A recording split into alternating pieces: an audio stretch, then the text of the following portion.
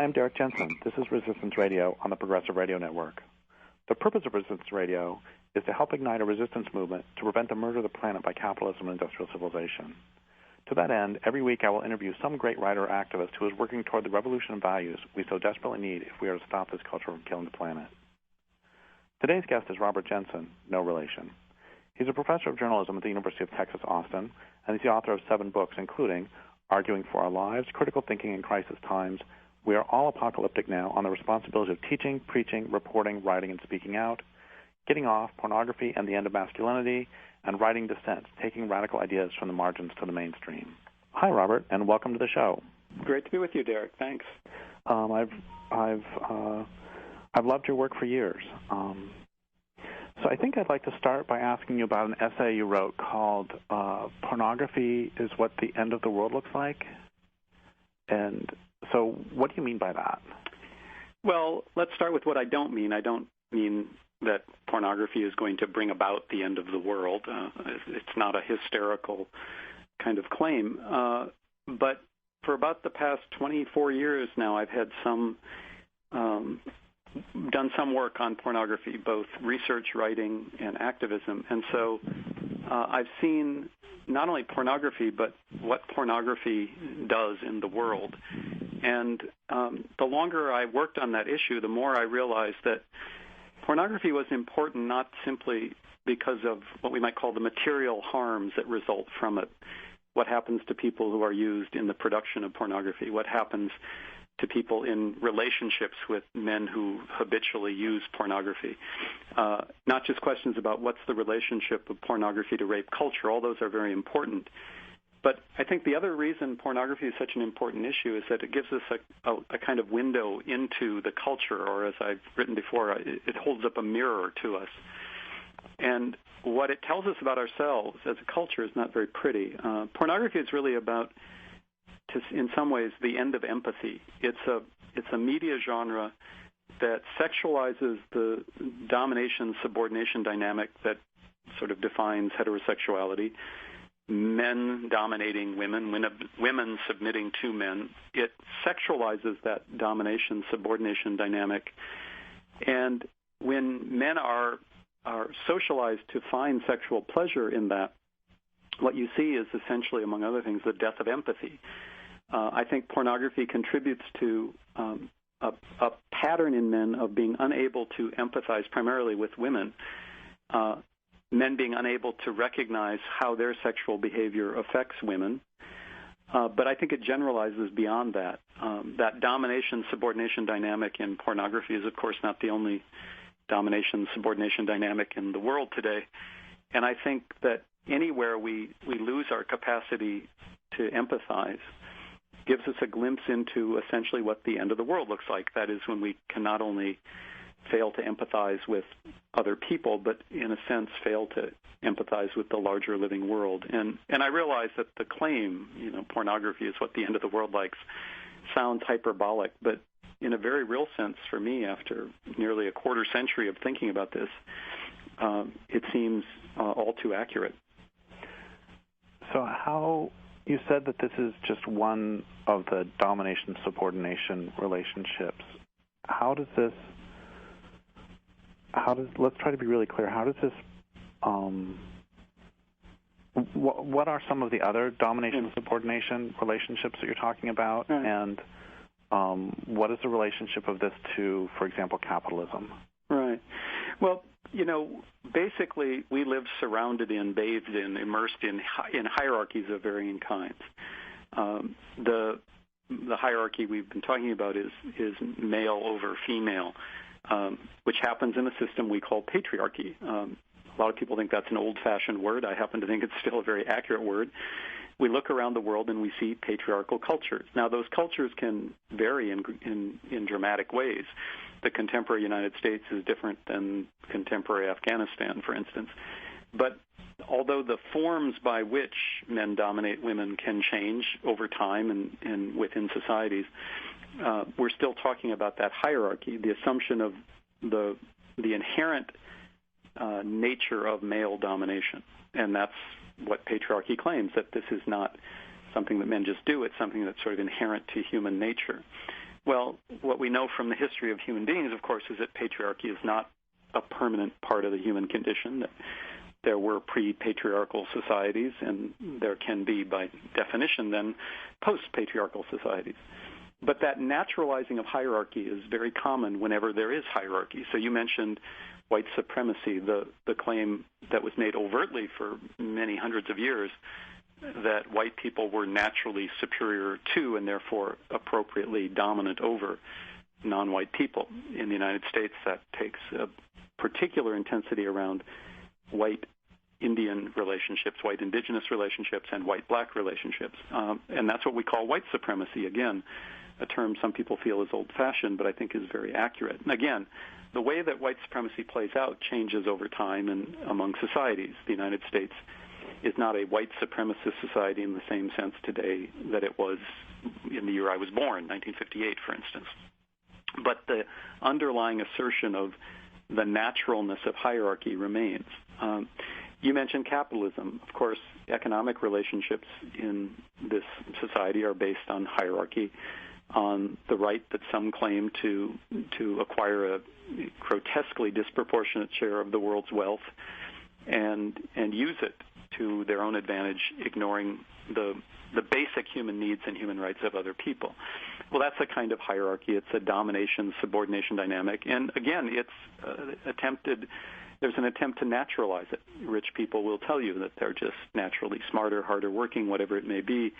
And therefore, this is kind of the order of things. So claims of hierarchy that result in this domination-subordination dynamic are often, or in fact are almost always, accompanied with claims that there's something about human nature that makes this inevitable, that this is immutable, it really can't be changed. And as I said earlier, the problem is there are lots of times in human history when human societies were not structured on hierarchy. It doesn't mean that we can find some golden age in human history where everything was wonderful and people were loving and nice to each other and no one was ever violent. That's not the claim. The claim is that human societies need not be based on hierarchy and need not be based on domination. So we've you've sort of talked a little bit about some of the ways that the hierarchies are reinforced. I mean, you mentioned pornography, and I'm thinking that I'm thinking a couple things. One of them is that one of the favorite lines that I ever wrote was that in Culture Make Believe I wrote that any hatred felt long enough no longer feels like hatred. It feels like economics or religion or just the way things are. And so I'm wondering if you can talk a little bit about, so it's seeming to me that if you have to actually state outright that males are superior or whites are superior or humans are superior, whatever it is that you're going to make as the superior versus the inferior other, that if you actually have to say that out loud, then that means that the rest of the propaganda isn't working well enough, because the supremacism works best when everybody just takes it at face value. This is the way things are. So can you talk about some of the ways, for whichever supremacism that you want to talk about, some of the ways that the supremacism or the domination can be naturalized? Right. That's an interesting point. And the thing that came to mind was the history of white supremacy in the United States. Take our so-called founding fathers. Thomas Jefferson is the best example of this. Thomas Jefferson, like many of the founding fathers, of course, owned slaves. That slave system was based on an ideology of white supremacy, which very conveniently made economic domination easy. And there was a vigorous debate about slavery going back to, in some sense, probably as long as there's been slavery, but especially in the colonial period in America. There were early abolitionists. Tom Paine, for instance, one of the other founding fathers, although far less celebrated in the United States. As a footnote, Tom Paine is not celebrated in the United States as much, despite his many contributions to the American Revolution, in part because he was a radical Democrat. He believed in equality. And Tom Paine was an early abolitionist. In fact, the first article that Tom Paine wrote in the United States was an article on the argument for abolition of slavery. And so Thomas Jefferson had to argue for slavery. and in fact wrote tracts that justified slavery, incredibly racist and actually even kind of bizarre tracts sometimes. And so you had an overt discussion there of the need to sort of reinforce the ideology of white supremacy. And we look back at slave times and we think, wow, that was really awful, and of course it was. But you're pointing to something perhaps more insidious about contemporary white supremacy, is because we have abandoned chattel slavery and we have renounced the legal apartheid system that structured the U.S. long after slavery. Now we believe that we've somehow transcended white supremacy, and the fact that the material reality, the economic realities of life indicate we still live in a white supremacist society, no one feels the need to justify it. I think you're right. It's become part of the accepted background. And therefore, if, black people are unemployed at twice the rate of white people over time, and that disparity has not lessened significantly over the last 50 years, that's not taken as a reason to discuss white supremacy, because we've eliminated the worst of white supremacy. Well, that just must be something we have to live with. And that gets reinforced year after year. And I think that in some ways that's a more distressing state. And I don't want to be glib about it, because, of course, no one wants to go back to chattel slavery or Jim Crow segregation. But we have a much different struggle with racism and white supremacy today, and one that may be intractable. It may be impossible for this culture to overcome it. I don't know. But it's partly because, as you say, it's become woven into the fabric of the world in a way, and therefore the disparities are no longer even visible to most people. And I don't know for sure that this is true, but I heard the other day that public schools in Chicago are more segregated now than they were pre-Brown v. Board of Education. I don't know that specific example, but I do know that that's true in other places, and that it's also true of housing segregation. There are places in the United States that are as segregated, perhaps even more segregated in terms of housing than in the old Jim Crow era. That's the enduring reality of white supremacy in the United States. And the fact that it's easily known to anyone who wants to know it, and yet we still can talk about ourselves as being post-racial, or talk in very celebratory ways about having transcended racism because of the election of an African-American president.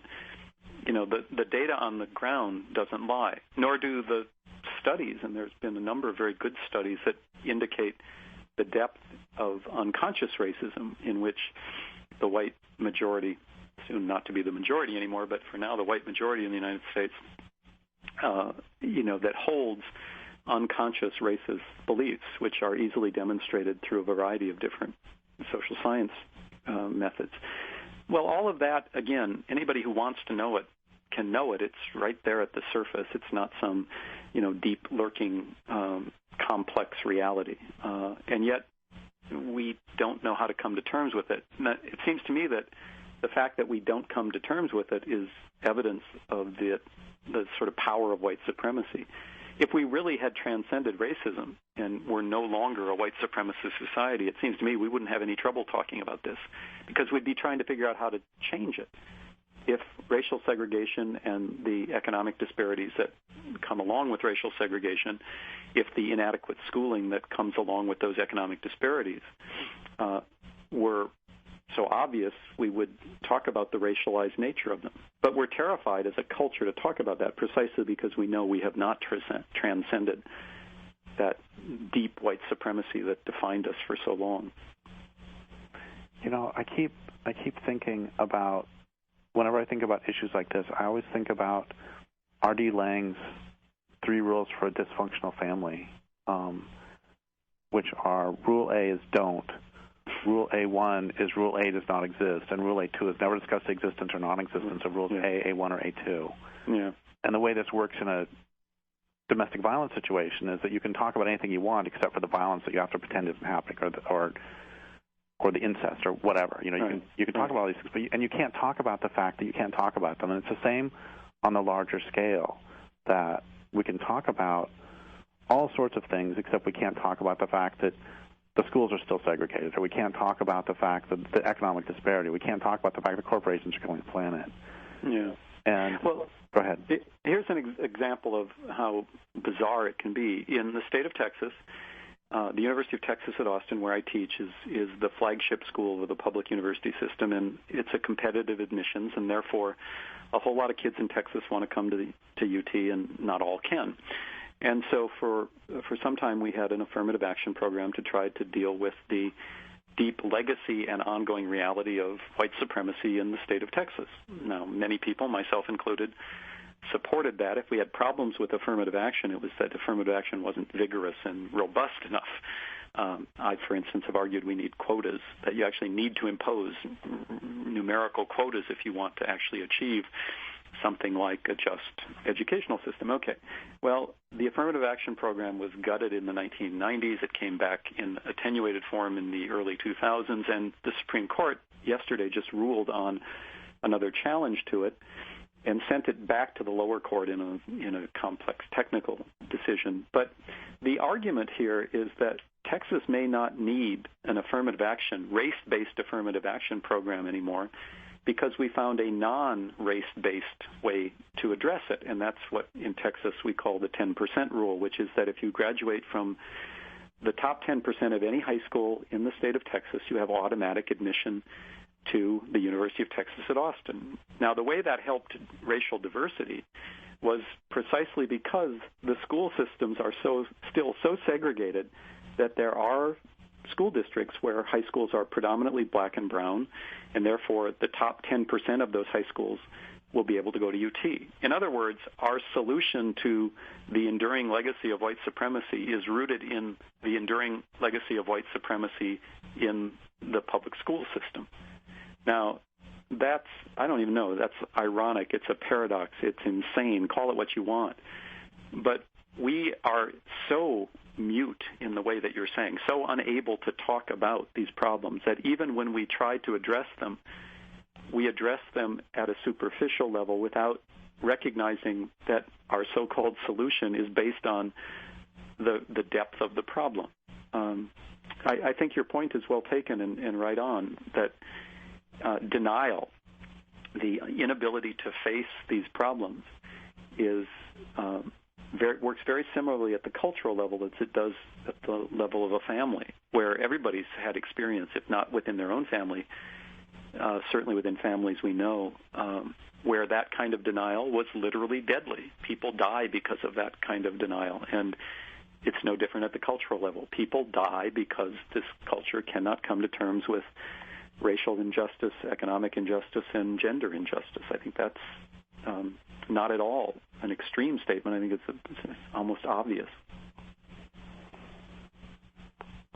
You know, it ends up being, I really like what you just said. And I'm thinking about, also back to my book, Cultural Make-Believe, I'm thinking about how that book was supposed to be a 5-page introduction to an encyclopedia of hate groups. And I started by asking, what's a hate group? And then I visited a KKK website, and that website said that they're not a hate group, they're actually a love group. And I thought, well, okay, shoot. So either A, the KKK is not a hate group, or B, we can't trust rhetoric. And if you can't trust rhetoric, what do you trust? And then I started thinking about it, and if you go just by the numbers, then the biggest racist segregationist organization in the country is the whole system, the whole judicial and penal system, because it's achieves segregation of African-American males on a scale the KKK could only dream of. Mm-hmm. And so I'm just thinking, again, about how these various supremacisms end up. I've always felt like, if you mentioned earlier this sort of unconscious, the level of the unconscious, and if we have, I felt that if there's some sort of, if you fundamentally feel supremacist, white supremacist, male supremacist, human supremacist, it's going to come out, and unless you address the deeper issues, unless you address why that's there in the first place, if you stop one form of the supremacism from manifesting, it's going to come out in another way. And one more thing, which is I think we see this all the time in relationships too, where if someone's unhappy in a relationship and so they raise some issue which is not really the issue, but instead they raise an issue just because they're upset. And then if you solve that issue, they're just going to raise another issue. I'm sure we've all encountered that. And so can you talk about that on the larger social scale too, or do you think you've pretty much covered that? No, I think you're absolutely right. And let's just take gender and the socialization men and boys in this culture receive.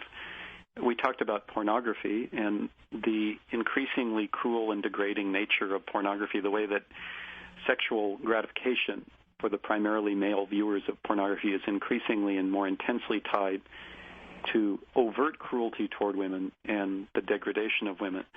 Well, that's a problem. It's a big problem. And as I said, and as you're well aware, there's been, now 30, 40 years of feminist research and organizing to try and highlight that problem, which the culture has been in deep denial about for the most part. But let's say you solve the pornography problem. Let's say, magically pornography of that type could be eliminated tomorrow. It doesn't get at the deeper questions about how men across the board are socialized to find pleasure in domination. And here, if you just go around the room in any setting where there are men and ask them to talk about how they grew up and were trained to think about women, how they were trained to think about themselves, how they were trained to think about gay men, it's all deeply patriarchal, deeply misogynist. It's all rooted in that need for men to feel dominant over women. And it plays out across the board. It's woven into the fabric of the military and the training in the military. It's woven into the fabric of men's sports and the training in sports.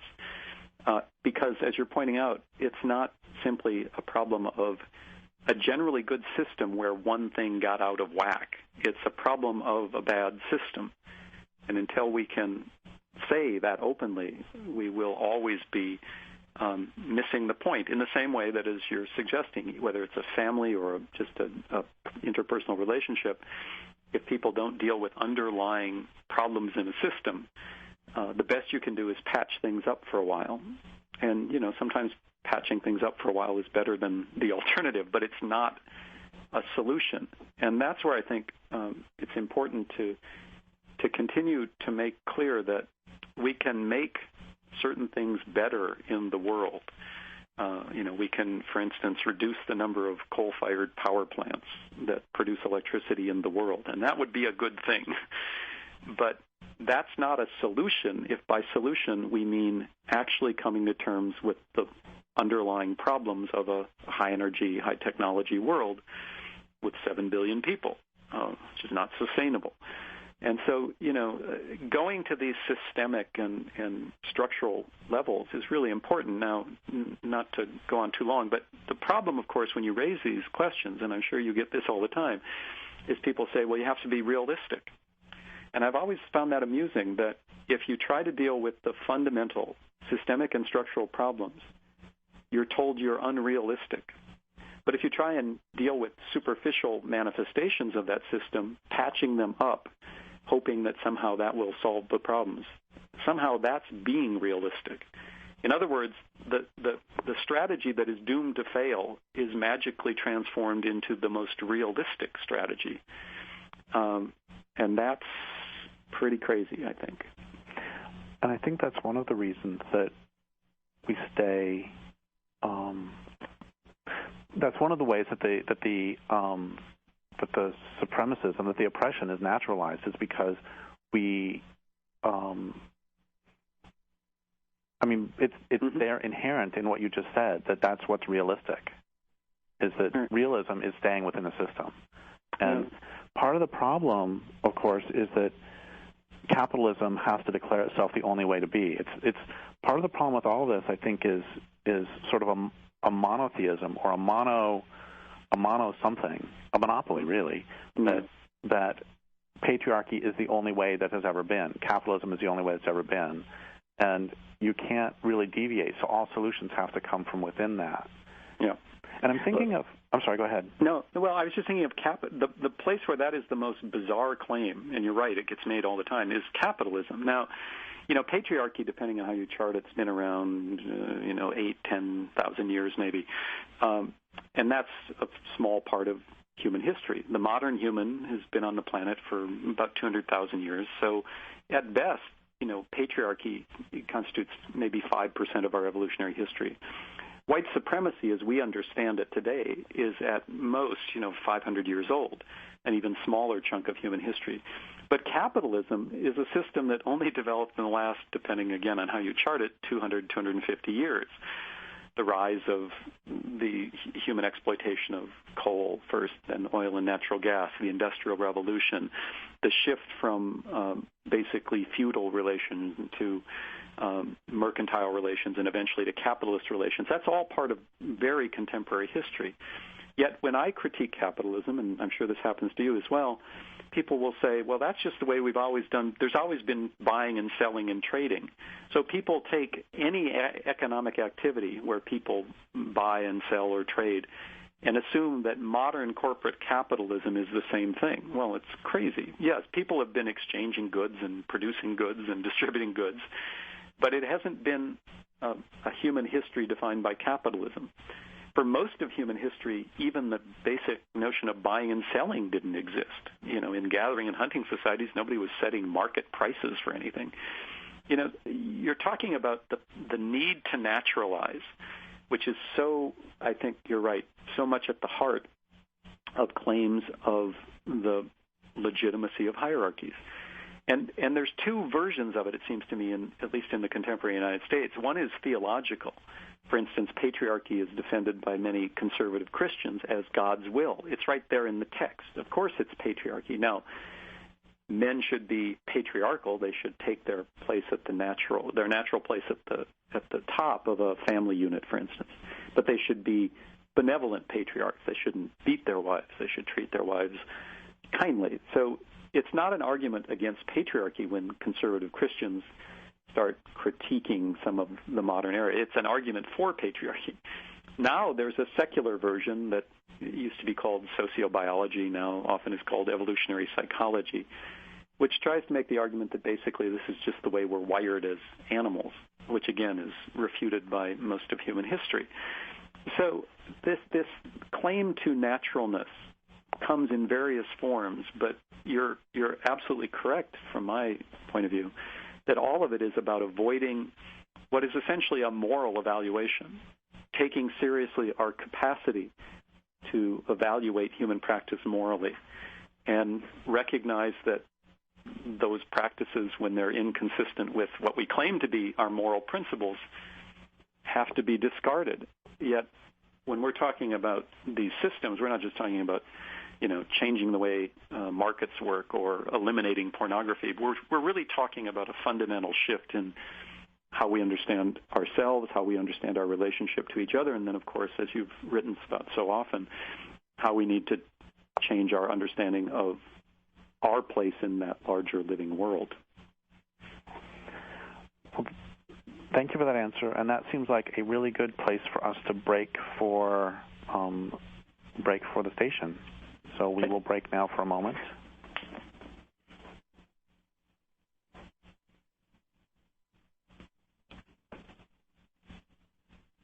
Okay, so we were supposed to break, and then they're going to insert something there, and now we can start up again. You ready? Yep. I've been reading. I just finished writing a book on some of the problems in anarchism, and one of them is that that's very masculinist. Mm-hmm. And one of the things that was just cracking me up, not in a particularly good way, is that I was seeing a lot of defenses of pornography written by men. Yes. And then I was thinking about this again when you said that Thomas Jefferson was writing in defense of slavery. Mm-hmm. And it just strikes me as extraordinary that any members, and it doesn't matter what we're talking about, whether it's human supremacism, white supremacism, male supremacism, it doesn't matter. It always strikes me as I don't understand why they don't feel like just ridiculous and feel like complete, wankers, because they are members of an oppressor class arguing for the use of something that is at the very least potentially harmful to members of an oppressed class. And it seems to me that as members of an oppressor class, you don't get to do that. Well, it just seems. I mean, I would feel really ridiculous as a human being arguing for human supremacism over non-humans because it's obviously self-serving. That's my point. And I would feel the same. I would feel very ridiculous as a white person arguing in favor of things that promote white supremacy. Yeah. I think you're right, of course, in some sort of principled way, but, we don't always reflect and reason from a position of principle. Human beings are messy creatures. And so I was immediately taking your comment and thinking about my own development as a human being. So in my younger years, really up until my late 20s, I had no feminist analysis. I hadn't been, taught to think that way. I hadn't interacted with people who thought that way. I grew up in a pretty traditional mainstream America world. My predominantly male friends certainly weren't thinking about feminism, and the women who were in my circles, if they had feminist leanings, weren't articulating them clearly and asking men to be accountable. This was, the late 70s, early 80s is the era I'm talking about, when already the incredible energy and passion of the second wave of feminism was starting to dissipate in the United States. So I grew up surrounded by people who told me that everything that looked normal was in fact normal, that guys using pornography was normal, that guys talking about how to make sure they could have sex with as many women as possible with as little commitment as possible was normal. And so, when I would have made defenses of pornography or defenses of male sexual behavior in my, let's say, my 20s, I wouldn't even have been aware of the point you're making, because I wasn't aware of the deep patriarchal nature of the culture. I wasn't aware about just the facts of sexual violence. I wasn't aware of any of that. So I couldn't really see the contradiction in my own arguments because I simply didn't know anything. Now, I was extremely fortunate. I went back to graduate school, which is not always a way that one comes alive politically. Often graduate school, snubs out the political passion of people. But in my case, I got lucky and was confronted with feminist work, was confronted by feminist women and a few feminist men, and was forced to answer the question you just posed. And I think in a kind of curious way, the fact that I was such an unsophisticated person, I came from a very kind of plain background without a lot of intellectual pretension. The power of the feminist argument seemed so obvious to me once I was exposed to it that I didn't spend a lot of time fighting it. It just seemed kind of obvious to me in the way that you're saying. And I'm very serious when I say part of the reason I think that worked that way for me is because I wasn't intellectually sophisticated enough to put up a lot of complex defenses. So in the best case scenario, I think, when men in this case, or white people in that case, can engage honestly and openly with people with a critical point of view, it's possible to transcend that. Now, I'm not saying it was simple or easy or that it's a finished project, but that's why, even though the way you're talking, for instance, and the way you often write is called radical, well, what's the point of bringing up these big systems? They haven't changed in hundreds of years, and they're not going to change. Well, that may be true. I mean, I'm sure that patriarchy will be going strong on the day of my funeral. I'm sure that white supremacy will not have been transcended in my lifetime. But the possibility to create conditions to challenge those systems more effectively depends on people. And you cannot help people see the inherent immoral nature. And I use that term even though people often like to talk about political issues in moral terms, but I think we mean here moral in that it's inconsistent with our own moral principles that have to deal with equality and the dignity of all people, that these systems are immoral. And the only way you can help people come to understand that is by naming it honestly. So again, what many people reject as a unrealistic strategy, I think, is in fact the only hope we have. Because precisely as you say, the the skills of denial are very well developed in this culture and in human beings in general, I think. I guess I want to tell a quick story and then I guess ask a couple more questions. And the quick story has to do with this. When I was a teenager, I grew up Christian fundamentalist, a Seventh-day Adventist actually, and so I had a lot of the stuff from this culture that way. And in school, the use of the derogatory fag was really common among everybody at the public school where I went, and I used the term all the time. And I didn't specifically mean anything by it because it was just an insult you said to somebody. Sure. And one of the things that really helped me past that was I had a bisexual friend who one day I was teaching him how to drive, and he ran my car into a pole. And I said, "Oh, you fag." And he responded by saying, "Yeah, I am, but what does that have to do with me running your car into a pole?" And a couple points here. One of them is I suddenly realized that this wasn't some abstract insult that I could sling around to somebody who missed a basketball shot. Instead, it actually was a harmful derogatory term toward a class of people. Up until then, it had never, I'd used the term, hundreds or thousands of times. It had never occurred to me that it was an actual, tangible offense against a class. And I guess that's the reason I bring up that story is because it had, is because my homophobia was so completely invisible to me that it never occurred to me until he said that. And then so the good news is that as soon as he said it, I got the picture. The bad news is, and this I think is how people change a lot of times, that doesn't mean I stopped using the word. It took me about another year to metabolize that change and to, even for something so simple as not using that overt hate speech, it took me about a year to excise it from my vocabulary.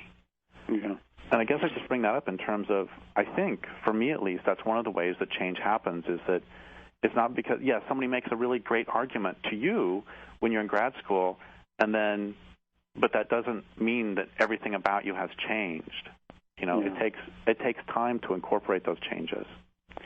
Absolutely. And if I can connect that story, which certainly resonates with me, although my own experience is somewhat different, that's why the severe reaction that the dominant culture, especially conservative elements of it, had to what was always derisively called the PC, the politically correct instinct, was so important. Because as you're pointing out, one doesn't become aware of an injustice, whether it's in language or in material conditions or in politics or whatever, and then just automatically fix it.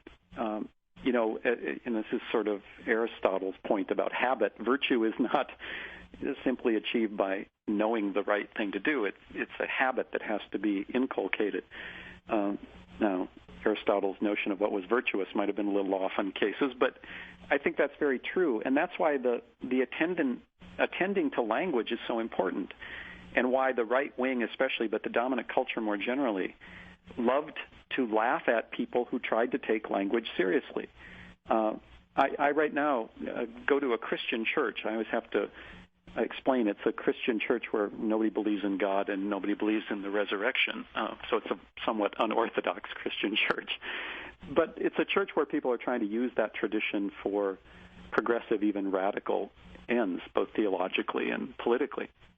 And it's a church where not only do we not use gendered language for the concept of God, so there's never a hymn sung or a sermon preached where we talk about praising Him. But beyond that, our minister, who I think is quite innovative, has even banished the word Lord. He said, the idea of a Lord comes out of hierarchy. It comes out of, the Lord of the manor over the serfs. And he said, why do you want a God who is your Lord? And so this attending to language is very, very powerful. And it helps us shift the way we think about concepts of the divine and community and spirituality. And people love to make fun of churches like this, saying, oh, it's just PC, you know. But what we're trying to do is, through daily practice, including language, change the way we think. And that's crucial, and it's hard. And anyone listening, especially, I think, men who were taught to talk about women in certain ways, or straight people taught to talk about gays in certain ways, we all know that it's a real struggle. And it takes a community. It takes people committed to it, because it's very hard to do on your own. I still remember that when I left graduate school, where I had been part of a very vibrant feminist student community, and came to teach, and I lost that sense of a feminist community, I realized my language changed. I was sort of falling back into old habits, not using words like fag, but just being less aware of certain things. And you know, that was just, to me, a reminder that it's always hard to go it alone. And when people get together to try and challenge these kinds of injustices, that's why the dominant culture comes down so hard on them, whether it's through violence, through, you know, the kind of very overt reaction you see to certain kinds of movements, or whether it tries to undermine those movements just by ridiculing them. It's all part of the same fear the dominant culture has that, in fact, these movements are correct. They're pointing out the gap between the stated moral principles of the culture and the actual experience of living in the culture. So, I guess the last two questions, and we're running out of time. One question would be, we all know that as ways of life collapse, as economic systems collapse, that men's violence against women increases. Mm-hmm. And we also know that that racism becomes more overt as economic systems collapse. And so I'm wondering what people of good heart can do as the current economic collapse continues, whether through peak oil, ecological collapse, further economic collapse, you know, just what capitalism does. What can we do in tangible sense as men, women, whites, people of color, any other category? What can we do to soften that violence that comes during that collapse? Well, that's a really difficult question, because the underlying reality you're describing, I think, is accurate, and it's hard to be glib, because the collapse, the sort of decay of systems that you're talking about is not some sort of science fiction future. That's the reality we're watching unfold today. All I can say maybe is, by way of example, a project here in Austin, where I live, where we've tried to deal with that in our day-to-day lives. Some groups, one predominantly white, one predominantly Latino, came together and bought a community center which serves as office space and event space for a number of groups. And it's put in one place people who normally, in a highly segregated community like Austin, wouldn't mix, a predominantly immigrant and Latino group and a predominantly white and middle-class group. And creating, you know, that kind of place where people can come together and get to know each other. And I don't want to be naive, you know, if we all just got along, everything would be perfect. I don't mean that. But where we have to practice at being our best selves is very important. The immigrant worker group, which is housed in that building, is importantly led by women, mostly younger women and very progressive women. And they have made a kind of underlying feminist politics the norm of that building, to the point where when the immigrant worker group, which received some of its grant funding from a Catholic group, was asked to sign a statement, as many groups were in that period, denouncing gay-lesbian relationships and making sure that they would toe the line on Catholic theology on that. This immigrant worker group refused to accept a grant if the condition of the grant was signing heterosexist, homophobic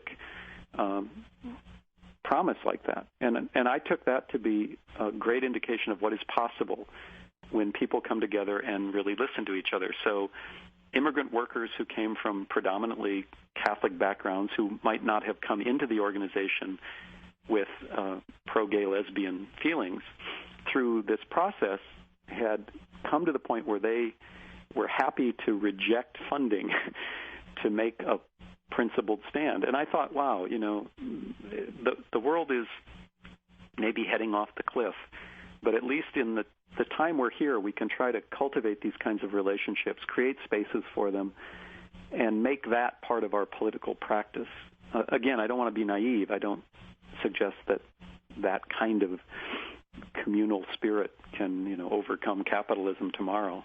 But it's a start. It's a place where we can kind of hold on. And I think, in that sense, some of the most important political action these days is local. It's where people are coming together on the ground to deal with specific problems, not just to, pass a new ordinance or get a new policy enacted, but to change the way we live with each other. That's in some ways, the best I can do, but it's also the most heartening part of my own political activity these days.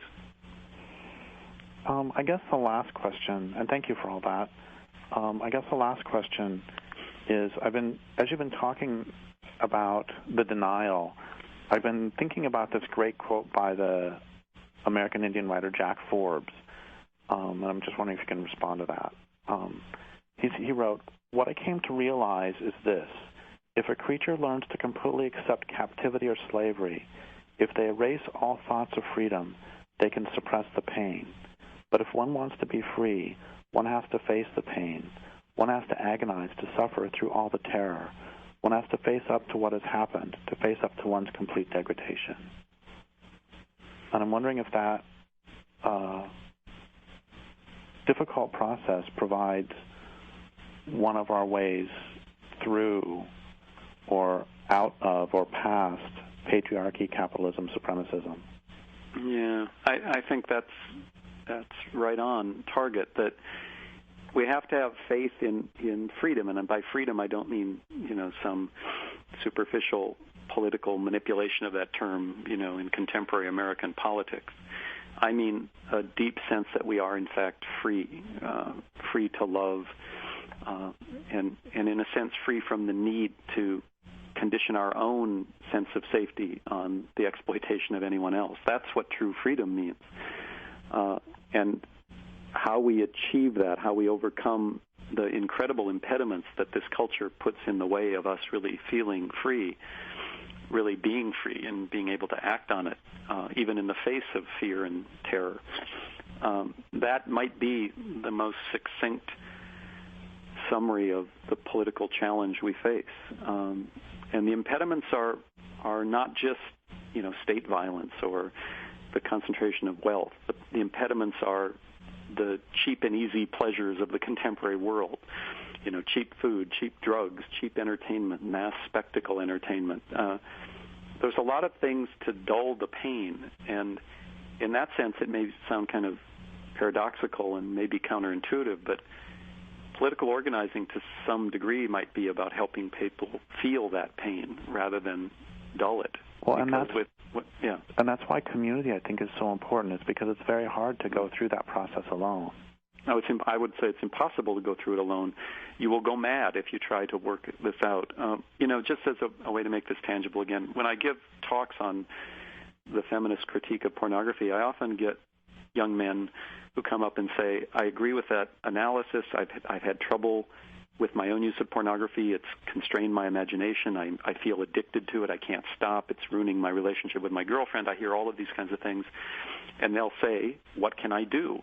And I'm smart enough not to pretend to have an easy answer, but I always say the same thing. I say, whatever you do, you're going to have to do with others. If you try and go it alone, if you try and, end your addictive pattern of use of pornography by yourself, you'll never succeed because you'll always be lured back into it. It takes a community to keep us individually strong enough, and that's part of the perverse genius of capitalism is its destruction of community, because the reward for destroying community is wealth and power.